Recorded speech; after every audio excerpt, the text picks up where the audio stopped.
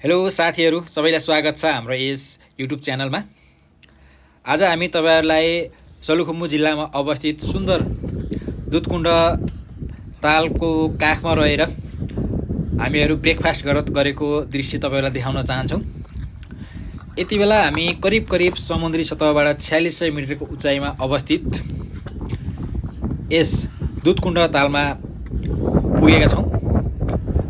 Number हिमालको काखमा रहेको यस दुधकुण्ड ताल एकदम आकर्षक रहेको छ।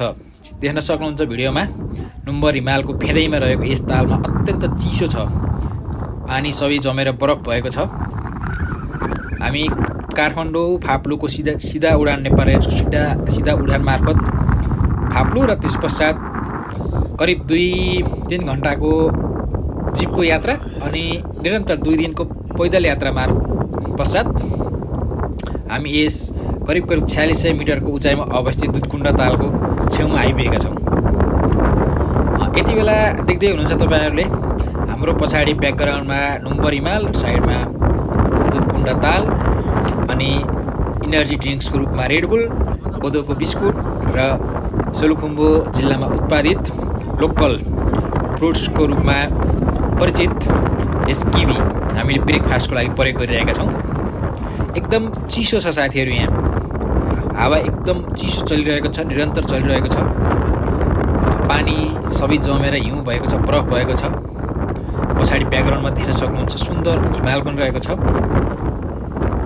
एकदम मनमोहक र आकर्षक दृश्य रहेको छ, हेर्न सक्नुहुन्छ।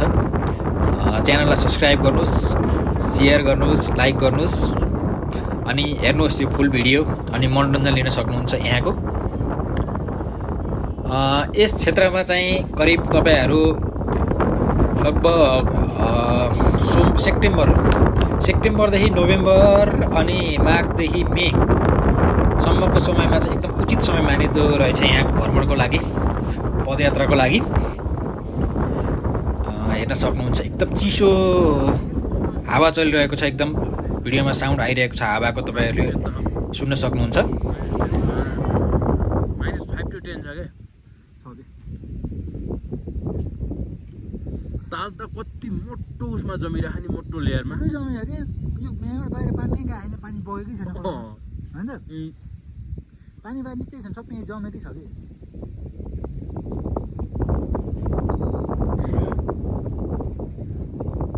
हावाले उता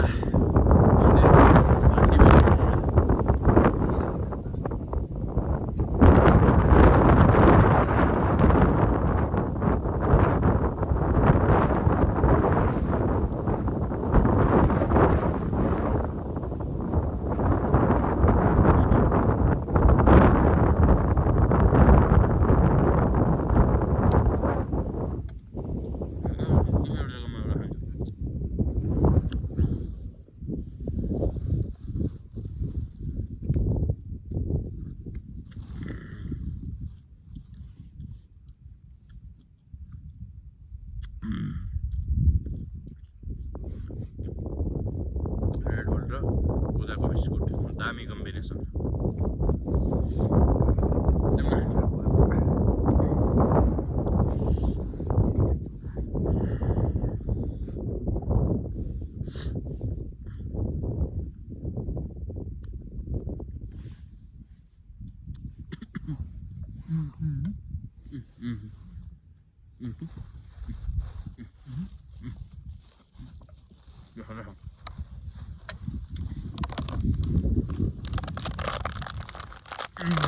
ला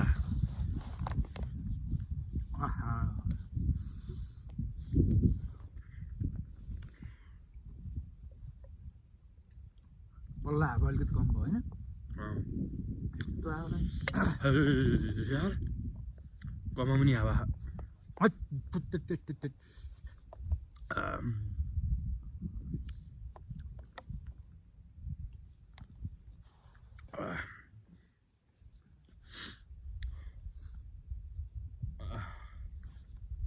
गजब।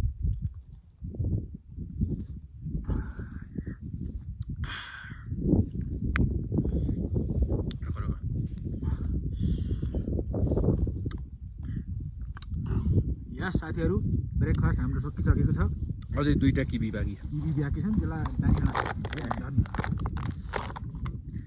गर्छ एकदम प्लास्टिक हाल्नु भन्ने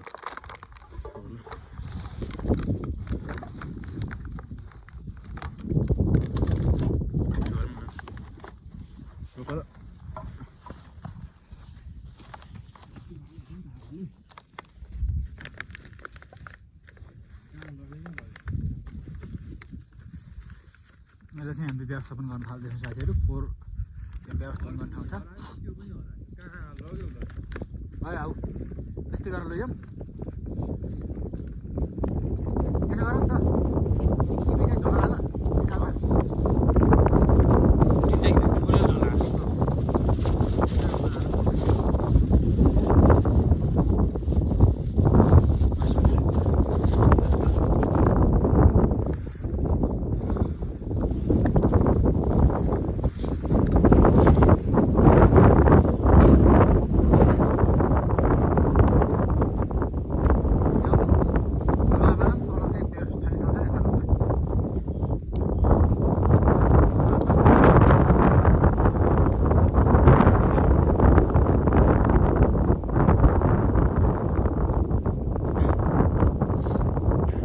साथीहरू आफूले गरेको फोहोर आफै व्यवस्थापन गरौँ सुन्दर सफा नेपाल निर्माणमा सहयोग गरौँ जथाभावी फोहोर मैला प्लास्टिक जन्य कुनै पनि फोहोर जन्य वस्तुहरू नफालौँ सुन्दर सफा नेपाल निर्माणमा सबैले हातेमालो गरौँ भन्ने उद्देश्यका साथ हामीहरूले आफूले प्रयोग गरेका बिस्कुट रेडबुलका खोलहरू कागजहरू सबै हामीहरूले आफै व्यवस्थापन गरेका छौँ